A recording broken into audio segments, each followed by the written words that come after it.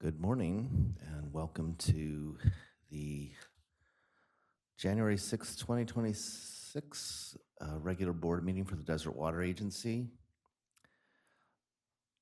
Just some housekeeping to ask those of us in the room to mute our electronic devices, and for those that might be participating remotely to mute your microphone until or unless you're ready to speak. The information for attending the meeting in person and virtually is posted on the agenda. For discussion and questions, I will call on directors in the following roll call order. Director Gracia, Director McKenna, Secretary Treasurer Bloomer, Vice President Bauman, and President Ortega, and all votes will be conducted via roll call. And with that, we can move to item number 2 on our agenda, which is the Pledge of Allegiance, and I will lead it.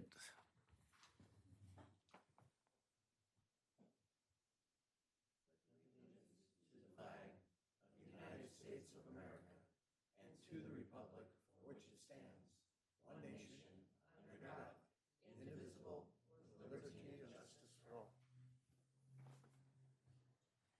Okay. Item number 3 would be the roll call. Ms. Baca, would you conduct that, please, for us? Director Gracia, Present.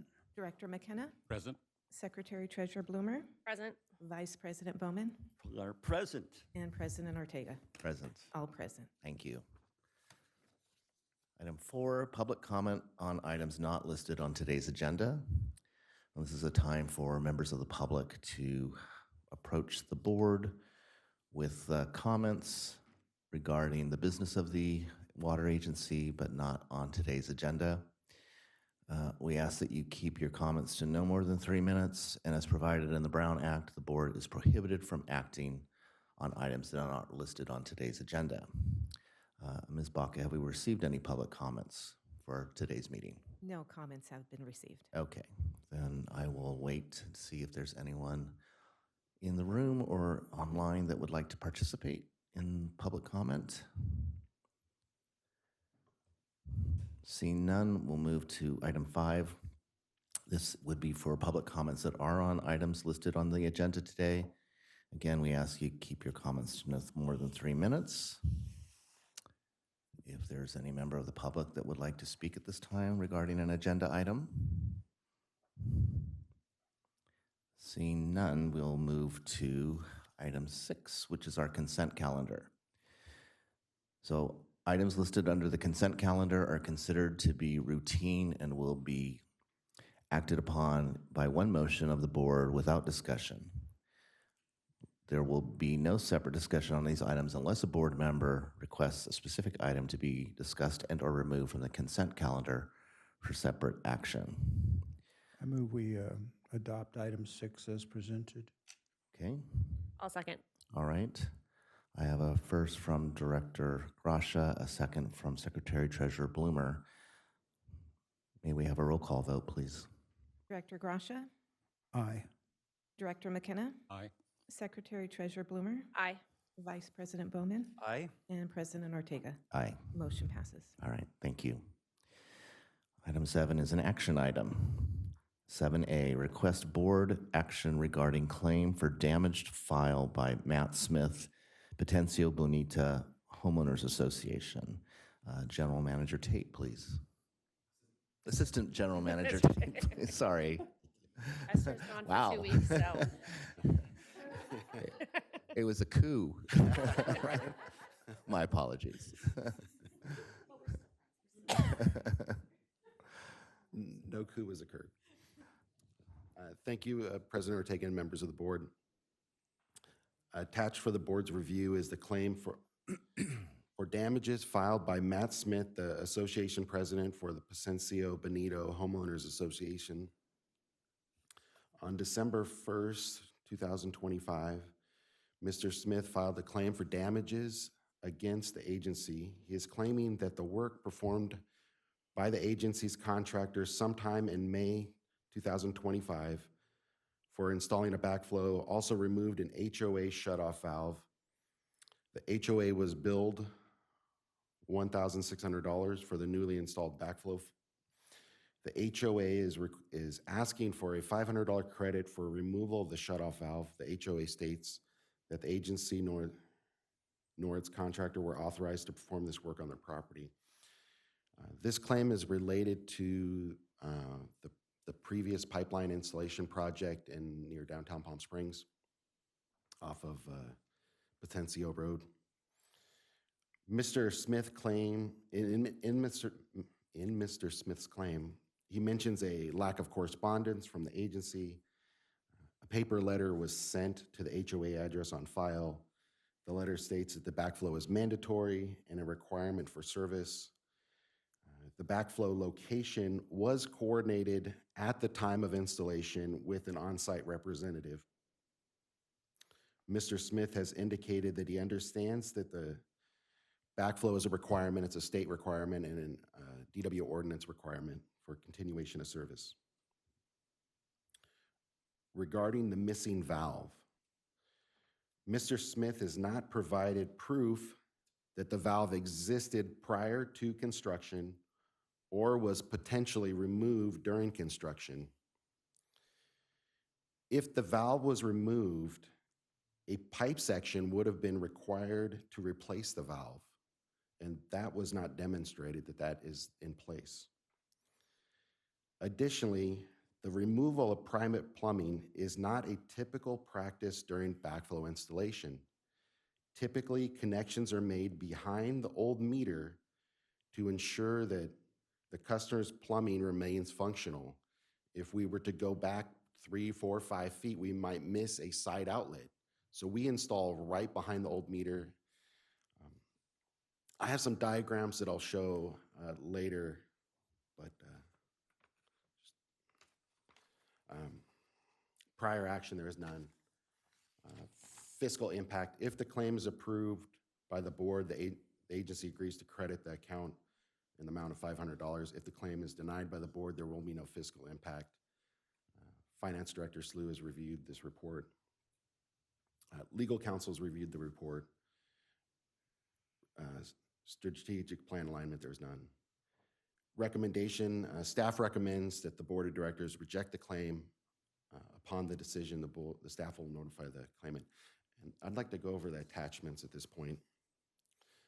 The claim form, let's scroll past this to the statement. No, so this is the valve that he is saying that the box that contains the valve that he's saying that we removed. So this is the valve. This is a photo of the box that the customer sent. Scroll down. Is that on the customer's side of the meter? Correct. Yeah. It's about 5 to 10 feet beyond Okay. the existing meter. This is the box. And a couple thoughts on that. There is no spool. Like if we removed a valve, there would have been a spool to replace it. And then also I see some detritus in there, leaves, just other debris that's in there that wouldn't be there. That's years of pine needle collection and stuff like that. They're still in there. So I'm not sure what's there. Scroll down. Okay, so the top here is prior to service. So you have the red line is the existing DWA side of the service. Then you have the meter. Then you have the blue line, which is the customer side. Then during the replacement, we install a new service, which is the brown line, a new meter box. And then what we do is we connect the backflow, which is middle left, and then we run back exactly behind the meter, the old meter, and connect in. This ensures that we make sure that the private plumbing is entirely functional. And also on a practical side, this has all been dug up and exposed at the time. If we were to connect to that existing valve, we would have to trench under his existing plumbing and potentially miss 5 to 10 feet of on-site plumbing. That, there might be a side outlet to a sprinkler or a fountain or something we just don't know about. So we always connect exactly where we know there's a good connection and it's going to make sense. So that's the green line showing the connecting into the blue line. Then the way it's finally left is you have the new service, which is in brown, the backflow connection, which is in green, connecting to the old CCV valve, and then going to the customer plumbing, which is the blue, and shows that customer CC valve. And it's not part of the construction because, like I say, there's that gap of 5 to 10 feet that we could miss a side outlet. So if we connected to the customer valve, we might miss some plumbing that would then be a problem for the customer. So that's just not something we do. I scroll down. And so this is a diagram I put together of what was done in the field. So the red box is the new meter location. The green shows going to the backflow. And then, see, the thing is, that was all trenched out during construction. So it wasn't any additional work to come back to that DWA CC valve and where the blue and the green connect.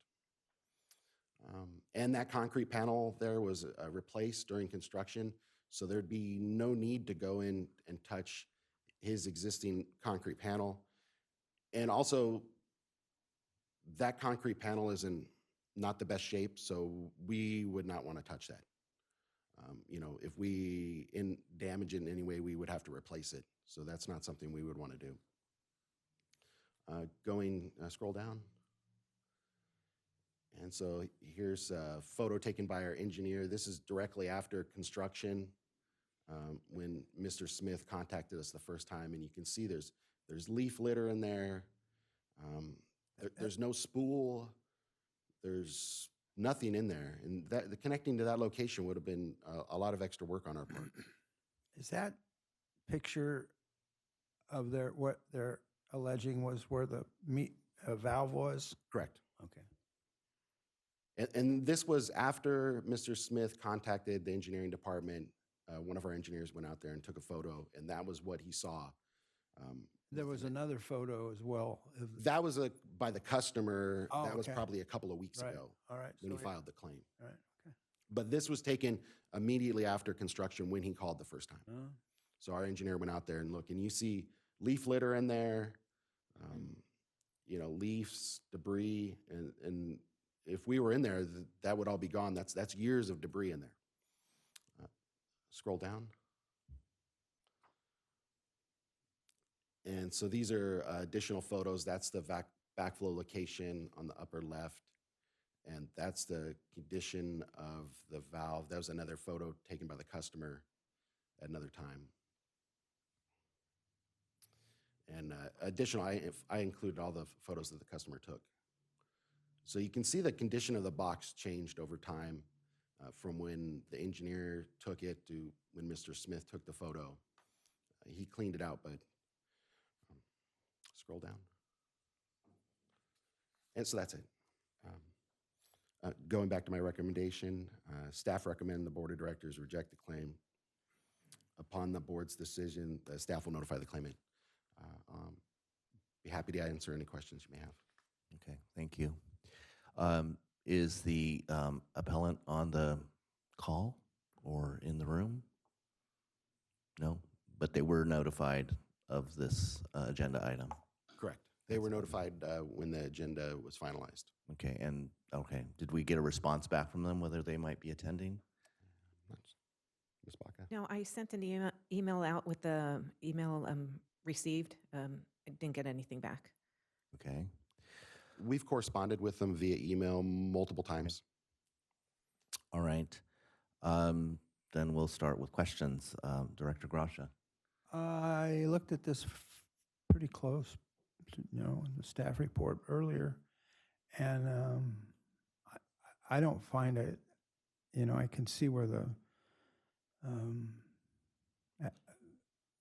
guy might, believe that something happened, but the evidence is clear in my view that the valve was not there. And so I make a motion when you guys done, Okay. whatever. Director McKenna. It's a background question, really, but backflow preventers normally have valves on them, front and back. Does this one have that? The backflow, they have a valve before the backflow and after the backflow that could be used as a customer control valve. Right, and there's usually a shutoff at the meter as well.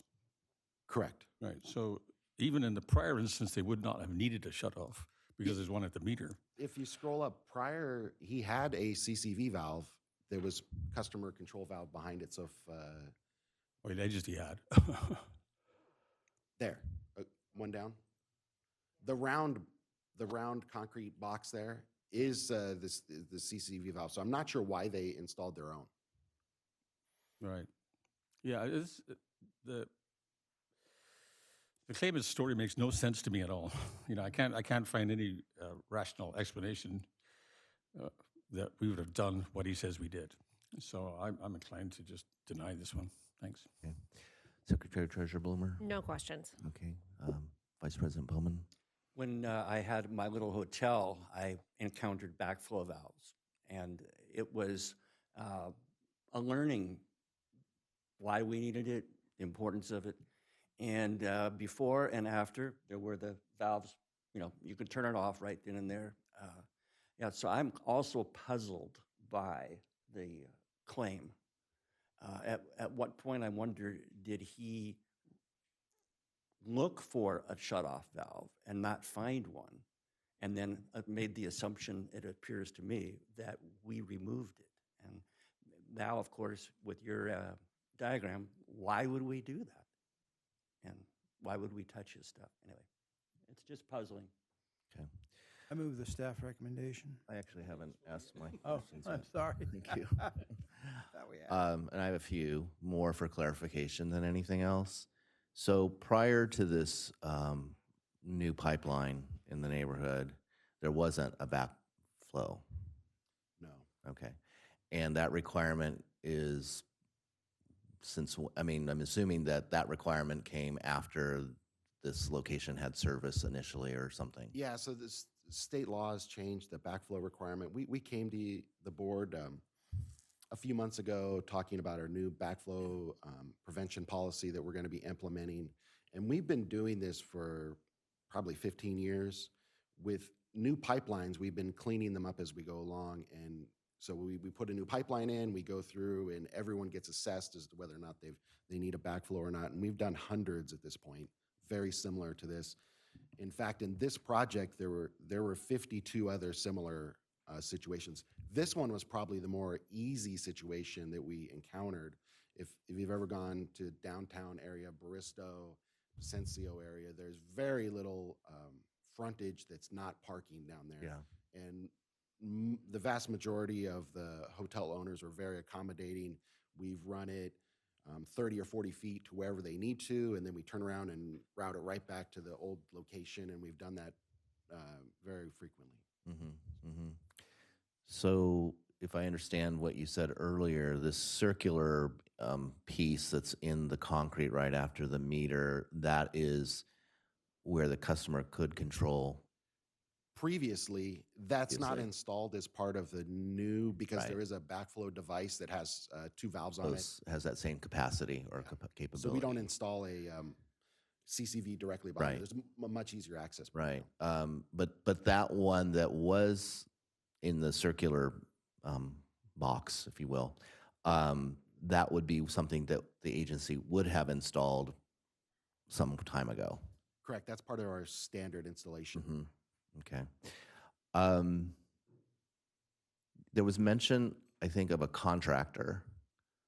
So when in your report, when you said that there was a meeting, I guess, with somebody on site, I assume that you meant the association with regard to this project. But that was with the contractor, or that was an employee of Desert Water Agency? So a little bit of the process. When we're doing a pipeline installation, we install the service. That would be in the red box to the left or the right of the just existing meter. We install very close. And then the contractor will go through and pressure test the pipe and disinfect it and get it completely ready for service. And this tie-over occurs at the point where the two systems are live and running, and then DWA will make contact with the homeowner or the HOA owner in this case and work through the installation. So we'll go out there and say, hey, we would like to install this new backflow and tie your property over. Make contact with the homeowner. If they're not there, we move on to the next one, leave a note, whatever we need to make it happen. It might take a couple of days to coordinate it. So it's always coordinated with the homeowner or the property owner. But that person was an employee or that person was the contractor? That was Desert Water Agency. So this portion is done by DWA. The contractor stops at the red box there. Everything beyond that is DWA. Oh, okay. I misunderstood then. I got the impression that everything from the green line was something that a contractor did. No, Because he mentioned something about a contractor being on property. And then he misunderstood. Exactly. He thought there was a contractor out there, but that portion is always done by Desert Water. Okay. All right. Well, I have no further questions, so I'll look for a motion. I move staff recommendation. I'll second. All right. We have a first from Director Gracia and a second from Secretary Treasurer Bloomer. May we have a roll call vote, please? Director Gracia, Aye. Director McKenna, Aye. Secretary Treasurer Bloomer, Aye. Vice President Bowman, Aye. and President Ortega. Aye. Motion passes. Thank you. Item 8 is our Secretary Treasurer's report. I'll hand that over to Secretary Treasurer Bloomer. Okay. Thank you. Thank you. These are the highlights, financial highlights for November 2025. In the operating fund, we received $3,710,297 in water sales revenue receipts, $117,782 in recycled water sales revenue receipts, $34,000 in construction deposits, and $147 in miscellaneous receipts from CBWD and State Water Project cost share reconciliation. We paid $4,644,207 in accounts payable. Year to date, our water sales are 2% under budget. Total revenues are 1% under budget, and total expenses are 24% under budget. Active potable water services, there were 23,868 billed in November 2025 compared to 23,887 billed in October of 2025. There was a net decrease of 19 active services. Account disconnections for non-payment. There were 40 water accounts turned off for non-payment in November. Over the past 12 months, an average of 38 accounts per month turned off for non-payment, which is about 1.9%. In the general fund, we received $2,566,733 in replenishment assessments, $2.5 million from Desert Water Agency, and $32,235 from private pumpers. And we had $60,057 in power sales revenue. We paid $1,368,860 in state water project charges. Our year-to-date state water project payments are $10,151,478. And in the wastewater fund, we received $101,558 in operating fund reimbursement, and we paid $87,522 in accounts payable. Our active sewer accounts were 2,297 in November compared to 2,296 in October, so we had a net increase of 1 active service. And that completes the highlights. Okay, thank you. Are there any questions for our Secretary Treasurer regarding the report? No? All right, then we can move to item 9, which is the General Manager's report. General Manager signs, please. Thank you, Mr. President and members of the board. Go on vacation and things reorganize when I get back. So a part of our, we've never had individual report out on a specific leak.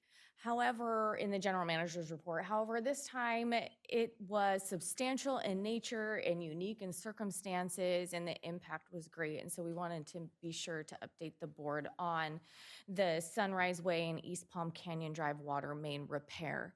On December 18th, it was around 10 a.m., a contractor was installing a conduit for a signal modification project for the city of Palm Springs and damaged one of our 24-inch pipelines.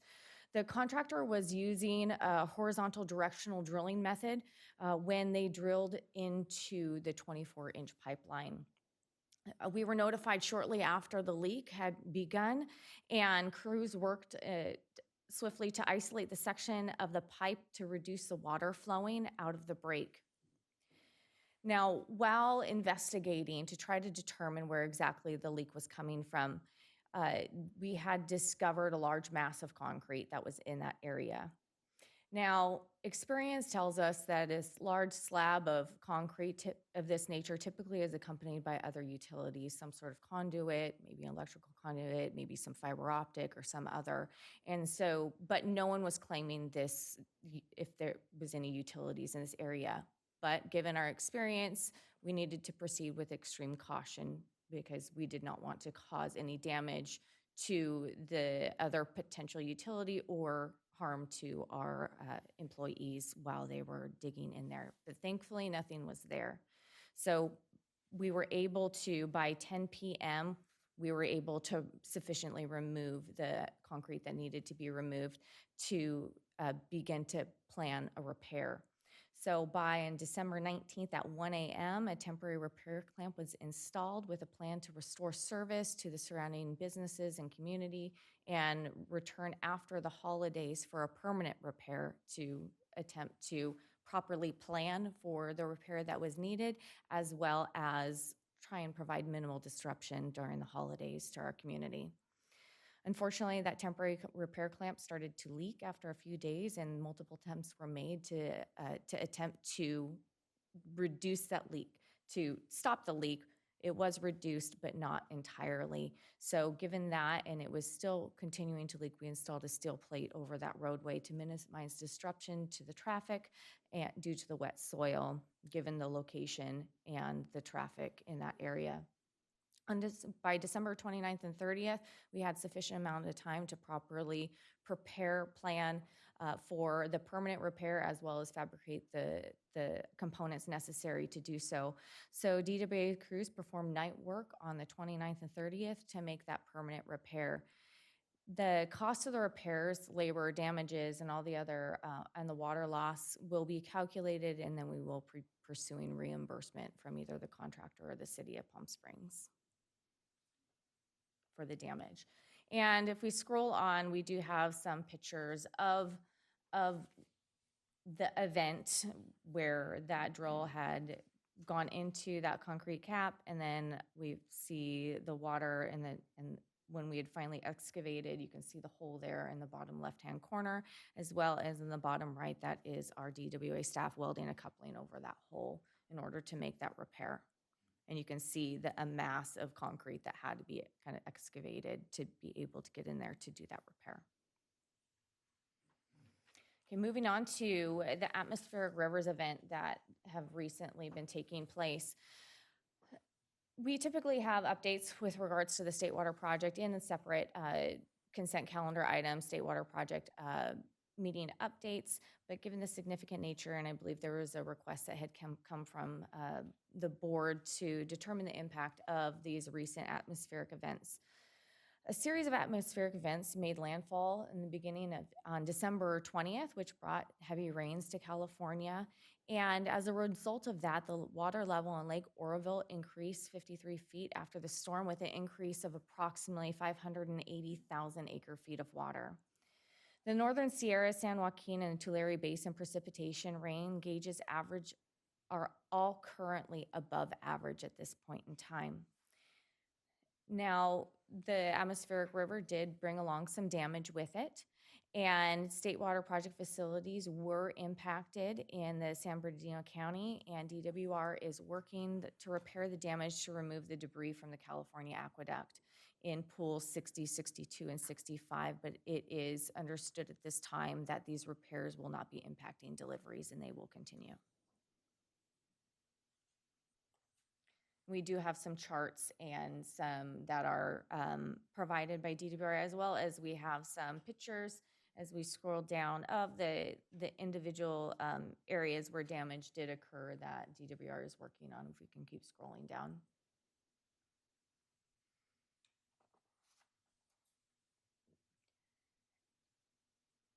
So moving on to the next update, we have a Healthy Rivers and Landscapes Program update. This is not the first update that we've received, but so I'm not going to go through the detail and recap of what the program is.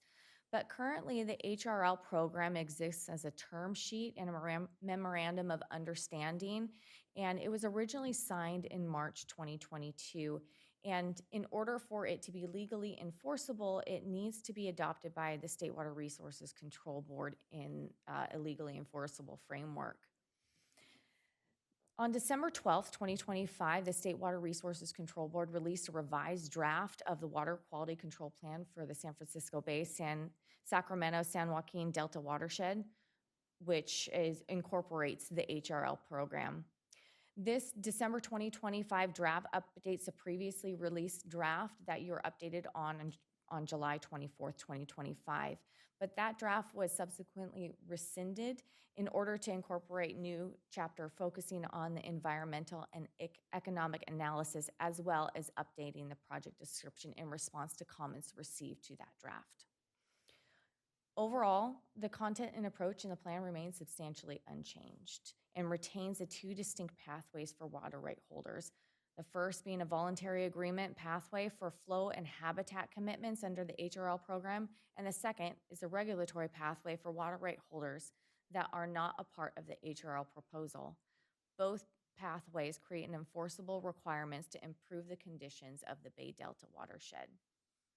Currently, where we're at is the State Water Resources Control Board is seeking public comment on the new chapter and the proposed amendments until February 2nd, and a public hearing is scheduled for the end of January in Sacramento with the hope of adopting the plan sometime this year. The HRL program and the Water Quality Control Program, it does impact two programs that we are involved with, the SITES project as well as the State Water Project. So both the State Water Contractors and the SITES Project Authority are reviewing the draft and evaluating its potential impacts to their respective projects and interests. We have been busy in the month of December here at the staff level with a lot of training.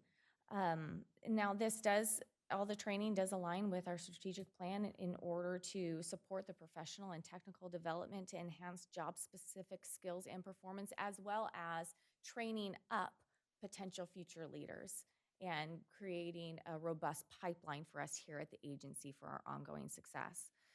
So a part of that, we did hazardous waste management training, and the agency hosted hazardous waste management training on December 9th, 2025, where the participants reviewed essential terminology, hazardous waste classifications, and generator responsibilities, as DWA is a hazardous waste generator, including labeling, accumulation, and safe materials handling, along with practical guidance for daily operations.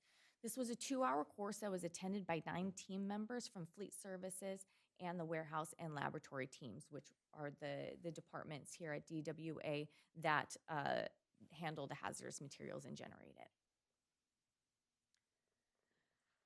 We also conducted supervisor training, where over the course of 3 days, December 3rd, 4th, and 11th, our Human Resources Director, Chris Hopping, conducted supervisor training for a total of 27 DWA supervisory employees. So this goes all the way up from executive management all the way down to our foremen in the field, because they all have supervisory responsibilities. We were trained.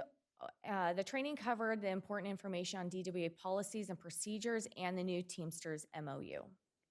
The classes, they were all well received, and we do plan on conducting this training as employees step up into supervisory positions, as well as annual refresher classes for supervisors.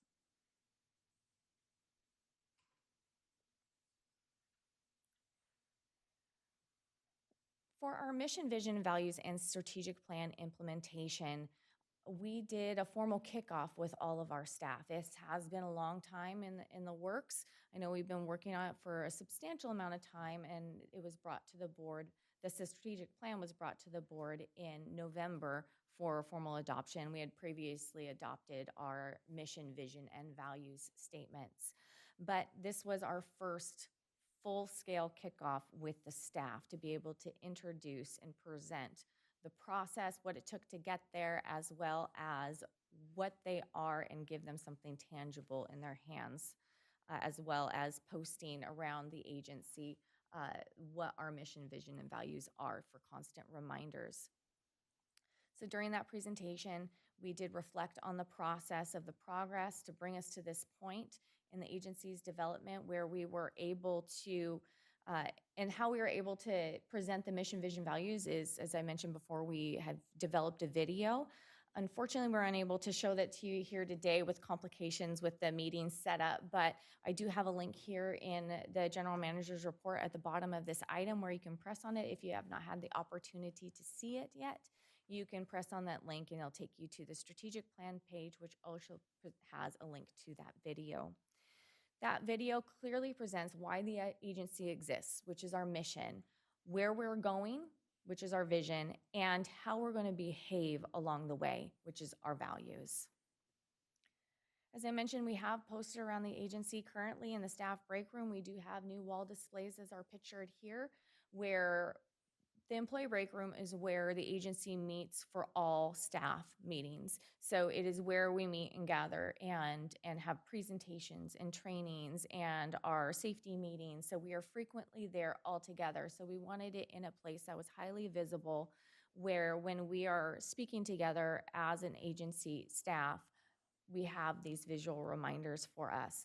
As well as we do have planned here for in the boardroom, we do have planned to have the mission, vision, values statements represented here as well, and those will be coming in the coming months. So that as we meet here, as management meets here with the board of directors, we have that visual reminders as well of who we are, where we're going, and how we are wanting to behave as we get there.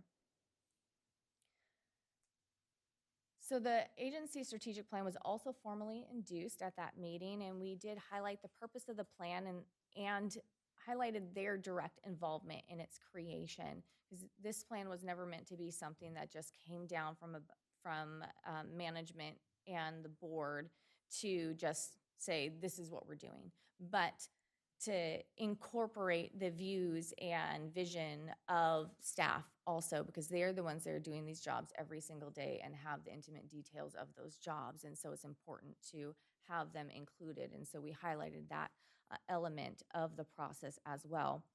Now, and we did indicate that while this is formal documentation, the agency's ongoing priorities and specific actions, it's going to help us to maintain focus while remaining flexible to address new issues as they arise.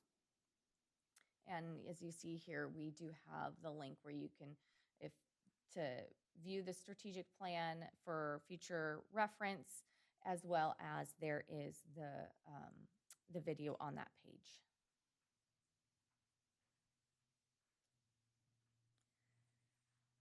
On December 17th and 18th, we also held some additional training for asbestos cement pipe training.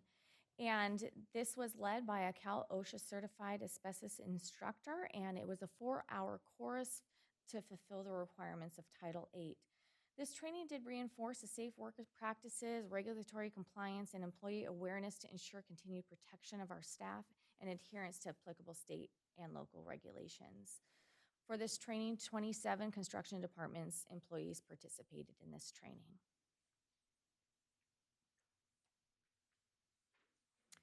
For 2025, DWA received the ACLA JPA President's Recognition Award, and what this indicates a loss ratio of 20% or less. And the agency received this President's Special Recognition Award for maintaining a low ratio of paid claims and case reserves in the property program for July 1, 2021 through 2024. And for achieving the exceptionally low claim costs in the workers' compensation program during that same period.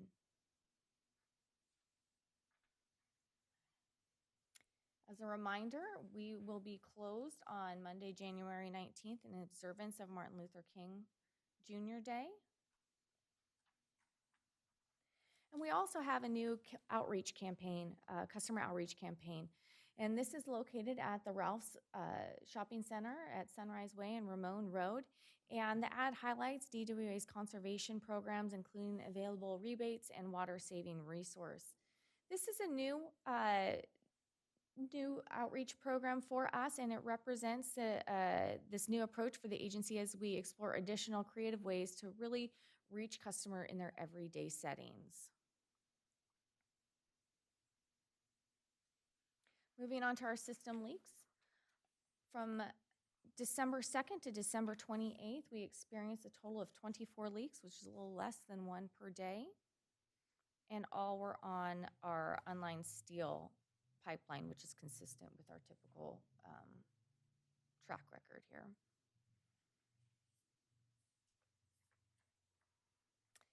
And with that, I'm going to pass it off to the Director of Public Affairs and Conservation for a highlight of her meetings and events.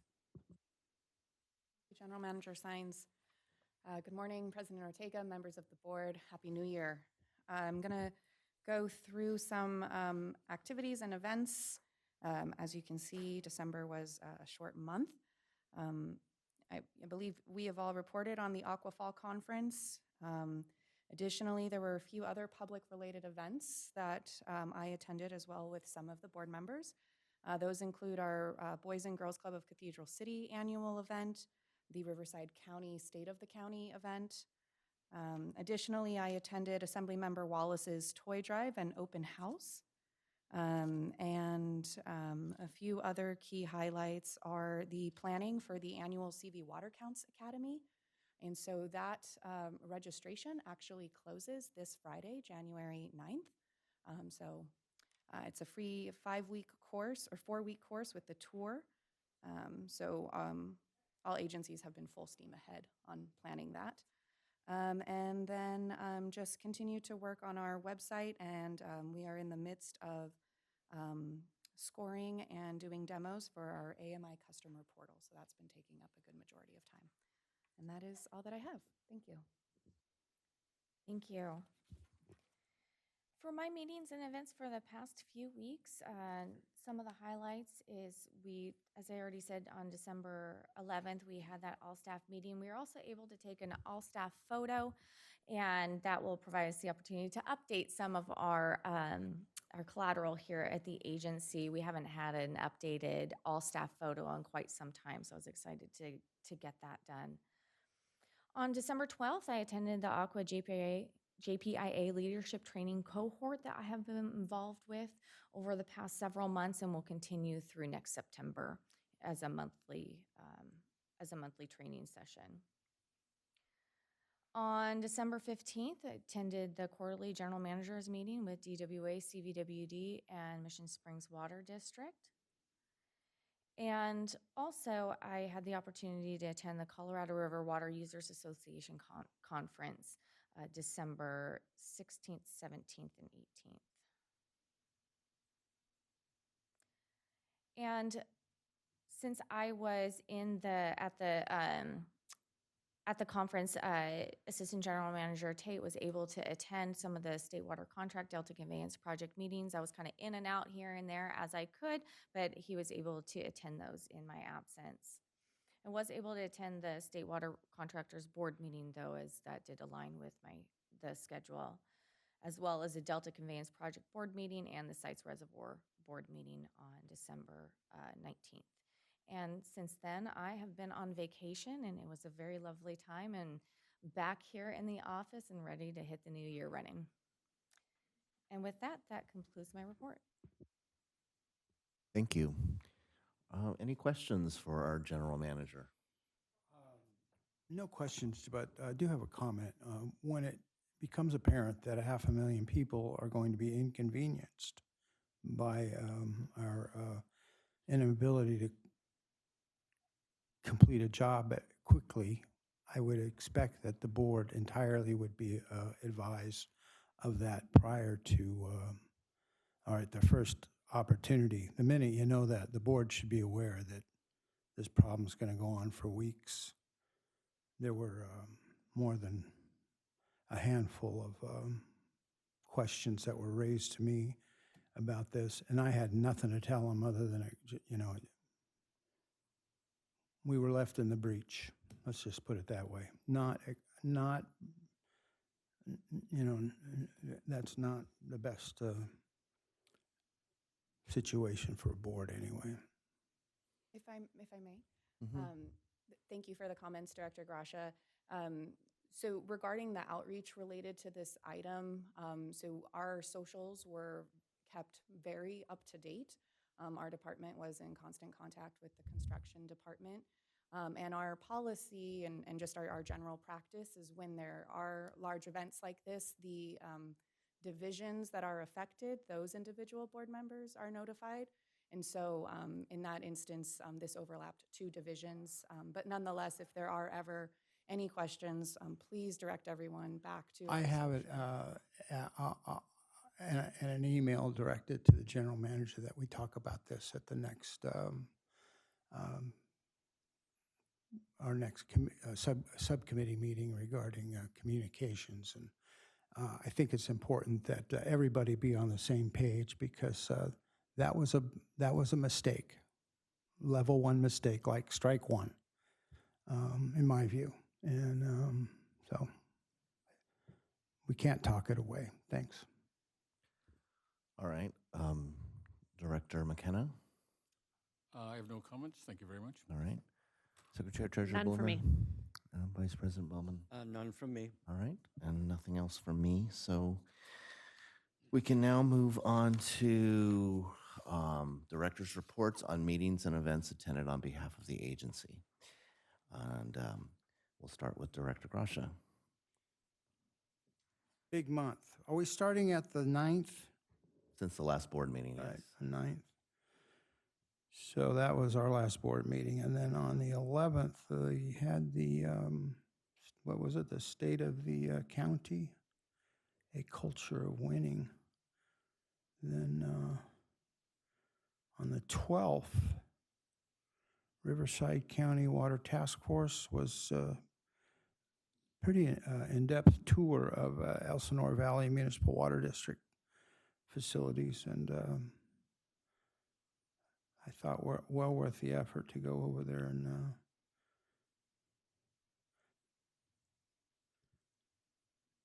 this is where it gets interesting. When is the next event?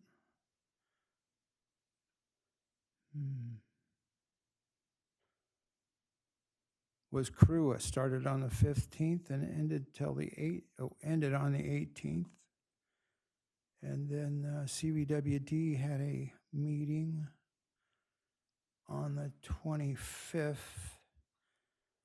I'm not sure if that's compensable. I think that was their special meeting they had because it, so I'll look at that further before I put it in the,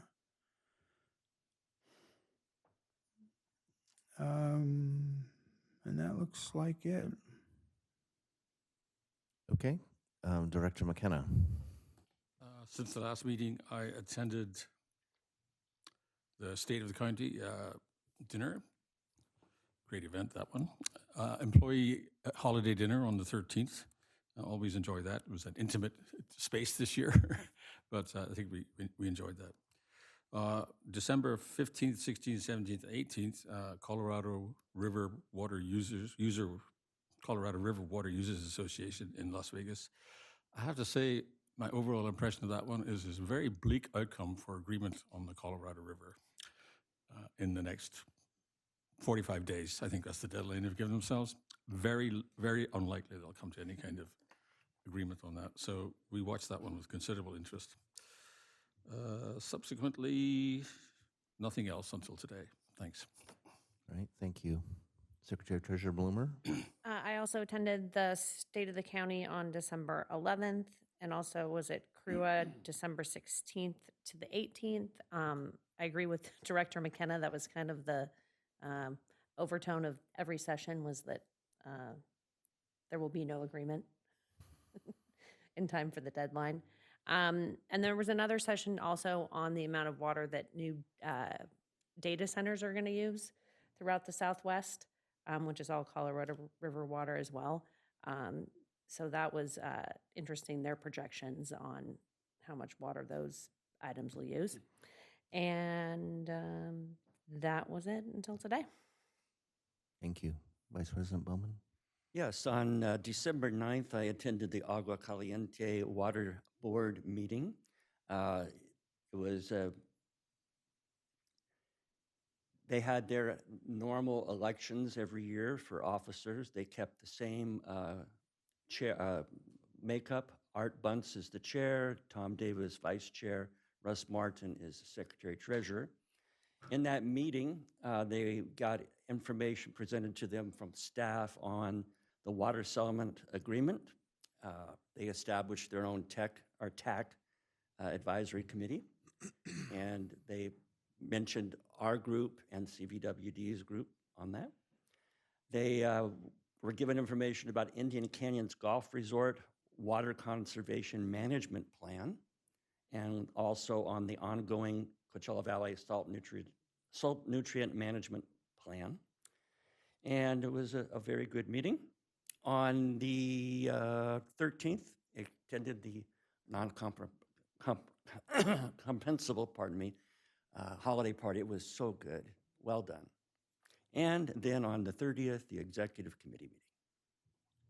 Thank you.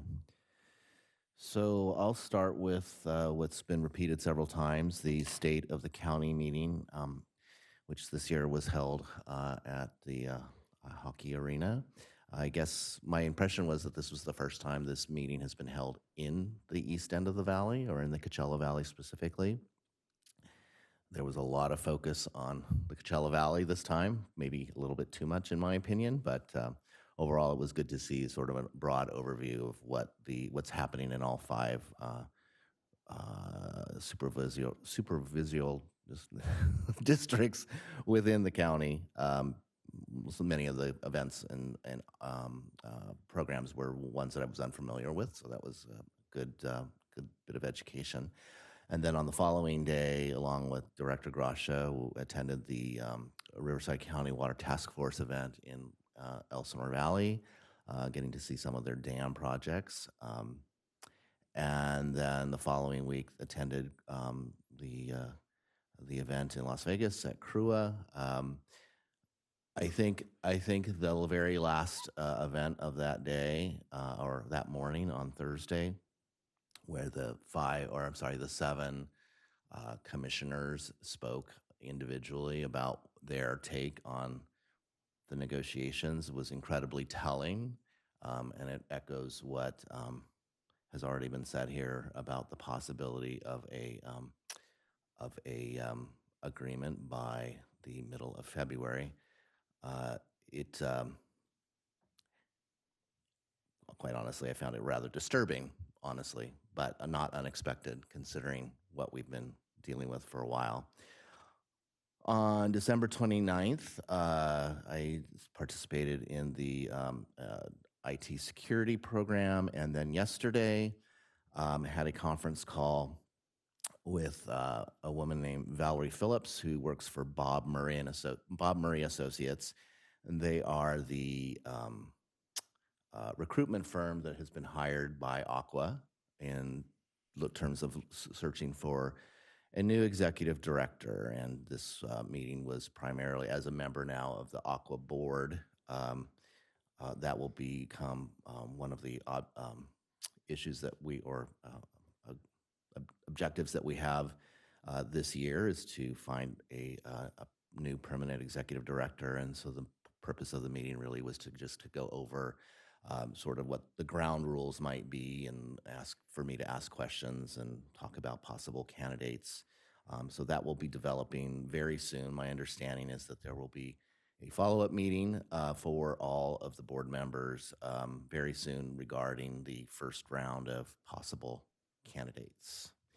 So they have a very aggressive timeline for accomplishing that, and kind of like CRUA, I hope that might actually evolve into something that we can get behind. One thing that I did find heartening about this choice of this particular firm is that they were also the firm used to do the search for the recently appointed general manager for Met. And considering how many people are on that board and how many interests are on that board, I thought that maybe this might bode well for this particular topic. And that's it. So now we can move to item 11, which is election of officers. So now is the time for the election of board officers for the coming year. At this time, the board can discuss nominations before any motion is made. And just as sort of a preface to this, even though it's not on my script, or if it is, it comes later.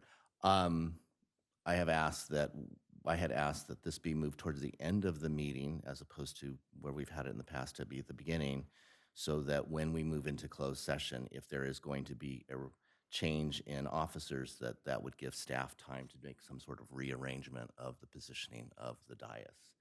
So with that, I'll look for nominations or ask for nominations from the board as far as board president. I would like to nominate Kristen Bloomer as president and Director McKenna as vice president. Okay, well, we haven't gotten to vice president yet. I'm nominating a slate, which is legal under the Okay, rules. I'll look for a And second. that's my motion. If you'd like to second it, that'll be your. I don't believe we need a second for this kind of nomination, but if we do, I'll second that. Okay. I have a first from Director Grasha and a second from Director McKenna. May we have a roll call vote, please? Director Grasha, Aye. Director McKenna, Aye. Secretary Treasurer Bloomer, Aye. Vice President Bowman, President Ortega. Aye. Motion passes, and that is for president and vice president? I believe so. Yeah, Okay. that was the motion, was it not? Yeah. All right, so now we'll look for a nomination for Secretary Treasurer. Don't kill each other for racing for it. You know, I don't know if we're allowed to go off script here a little bit, but I brought up our last meeting, my desire to talk about this, and I have decided that we should maintain that position, but maybe give whoever is secretary or treasurer the opportunity to list the reports under the agenda item that allows for you to pull it and discuss it if somebody wishes to. In other words, not making it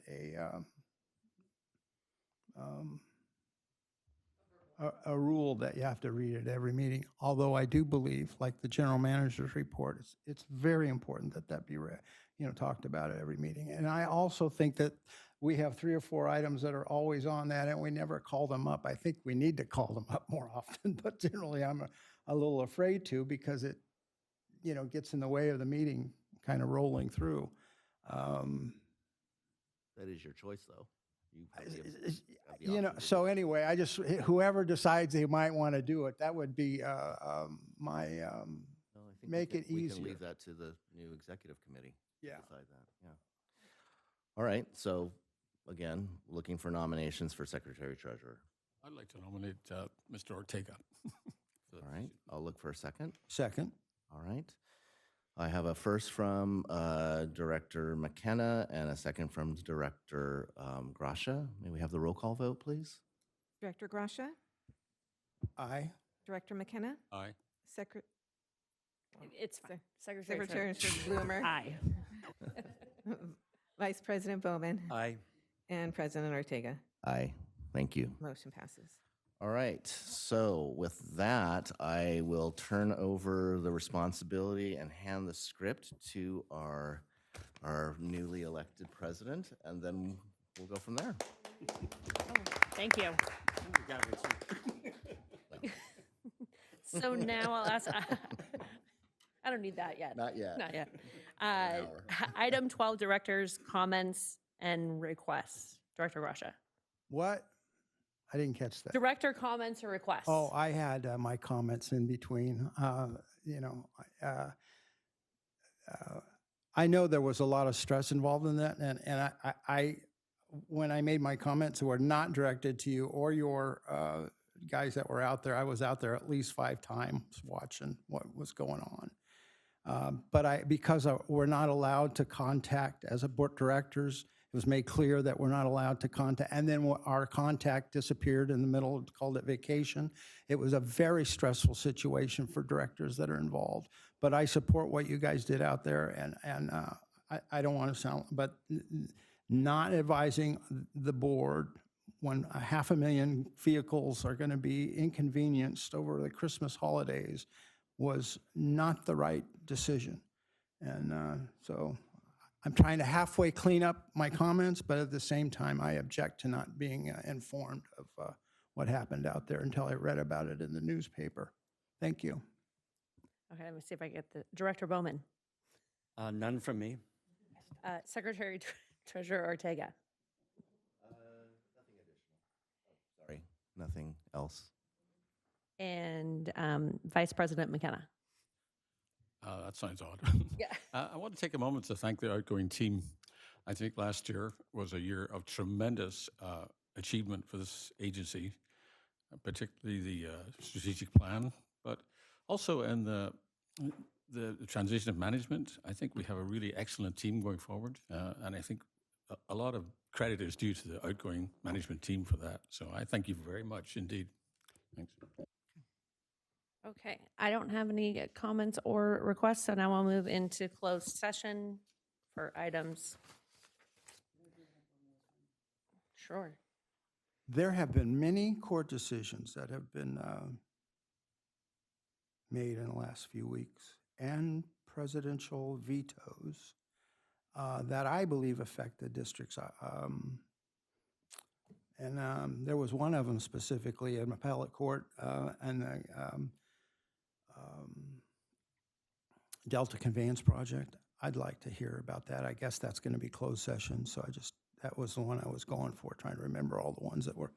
That one is the one I'd like us to talk about at some point in closed session. Thank you, Director Grasha. We can do it in open session if the board would like just an update that's available to the public, or we can agendize it for closed session for next meeting. That's up to staff and the board, but I'm happy to do it. Or we could do both. Well, I think it's got to be, to have a discussion, we'd have It has to to be put agendized, yeah. Yeah. For the next closed session. And I'm not even sure, I read the article on the subject. It seemed like this was something that we've been talking about and waiting for clarity on, but it's an appellate decision, so it's probably going to be appealed. So I don't even know if it's There's another validation. Sorry, we shouldn't stray too far from the agenda, but I can certainly update the board on the All right, convention of the lay of the land. thanks. It's actually something that I talked with our team about yesterday. So you're right. You're up to date, and I'll let you know what I know in a couple weeks. Okay, we're going to adjourn into closed session for 2 items: conference with legal counsel and existing litigation pursuant to code section 54956.9. And we'll reconvene at 15 after.